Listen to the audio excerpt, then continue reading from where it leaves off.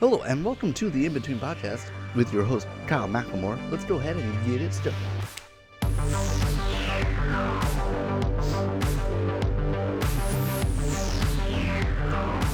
Hello there, and welcome to another week of the In Between Podcast. If you haven't done so already, please hit the like and subscribe button. Make sure you leave a comment. All feedback is welcome and appreciated. As you can see this week, we are representing our Denver Broncos with the breaking announcement that Russell Wilson will be the new quarterback in Denver, which, if you're a Denver fan, has got to be pretty awesome. It's making me flash back to the Peyton years where I feel that's what we're missing was a good quarterback. So hopefully with Russell Wilson there, it should be pretty awesome. I want to say I think he was on the Seahawks back at Super Bowl 50 or 49 or 51.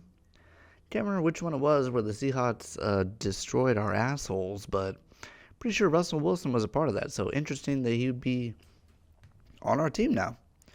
Pretty cool though. I mean, it's always great. I feel like we've had good defense. We've got good receivers. So now that we've got a good quarterback, hopefully that is the final piece of the puzzle.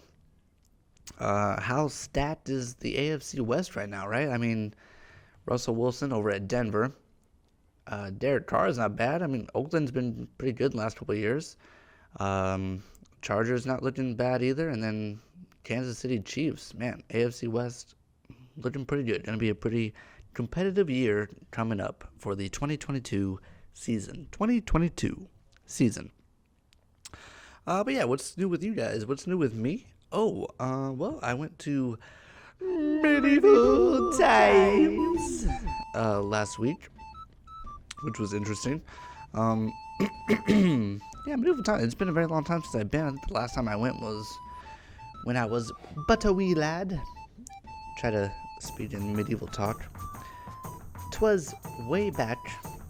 I pray thee, listen upon my tale as I tell you of my childhood many summers ago. It's tough talking like that. Must be fun though. Talking very flowery and renaissance-y. But yeah, medieval times. I haven't been since I was a kid. And it was cool. It was interesting. We got the yellow and red knight. Unfortunately, our knight kind of got his ass whooped the whole night. First, he got his ass whooped because we had to establish the bully knight, who showed how much of a bully he was by whooping our knight's ass.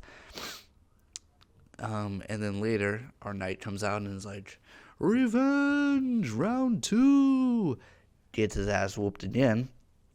So that's a little bit disappointing when your guy you're cheering for gets his ass whooped, but it was still fun. I mean, we got to boo the bad guy, the evil knight. Medieval times is interesting because it really answers the age-old question of how much horse shit is allowed at dinner time. Because it's like you're going there for dinner and a show, and there's a lot of horses. Every knight has his own horse, plus like 2 or 3 other horses that just come out and do random stuff. So how many knights are there? 1, 2, 3, 4, 5, 6, 7 knights? So 7 horses plus another 3. That's like a minimum of 10 horses who are all shitting huge horse shits. So I imagine it's a difficult thing to balance. Oh, it's dinner time, so I'm definitely hungry, but I'm going into like this kind of barn setting, or that barn smell of just like, hay and horse shit, and chicken dinner. So yeah, it's interesting. They definitely keep it to a minimum. They must really like be on that shit cleaning, because like you definitely get the hint. You get a quick waft of the horse shit, but it's not like overpowering to be unappetizing. So I feel like medieval really has that sweet spot of like just enough shit, but not too much to put you over your appetite. What did we eat? First they bring out some dragon's blood, aka Campbell's tomato soup, which was fine. Followed by a half a potato, half a chicken, and a piece of corn. I mean, like, it was okay. The food was alright. Chicken was okay. But the problem was, like, we had 2 of our party didn't show up, so we had to cancel 2 tickets. And then we also had 2 kids with us. So somehow, from canceling 2 tickets and then entering, we somehow, like, lost the 2 kid tickets or something, because she comes over and she's like, yeah, your table's, like, for, like, just the 3 adults and not the kids. And the kids have to be sitting on your lap. Otherwise, they're not allowed to be just sitting there.